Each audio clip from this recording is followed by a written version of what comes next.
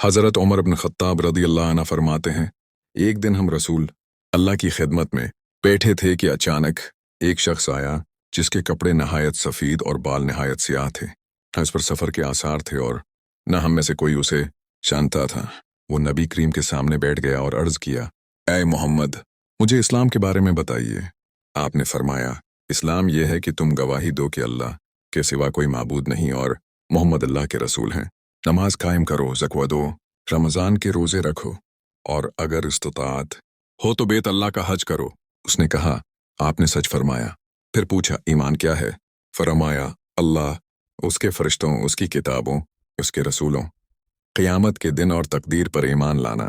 پھر پوچھا، احسان کیا ہے؟ فرمایا، یہ کہ تم اللہ کی عبادت اس طرح کرو گویا تم اسے دیکھ رہے ہو، اور اگر یہ کیفیت نہ ہو تو یہ یقین رکھو کہ وہ تمہیں دیکھ رہا ہے۔ پھر اس نے قیامت کی نشانیوں کے بارے میں سوال کیا۔ آخر میں وہ شخص چلا گیا۔ نبی کریم نے فرمایا، یہ جبریل تھے، تمہیں تمہارا دین سکھانے آئے تھے۔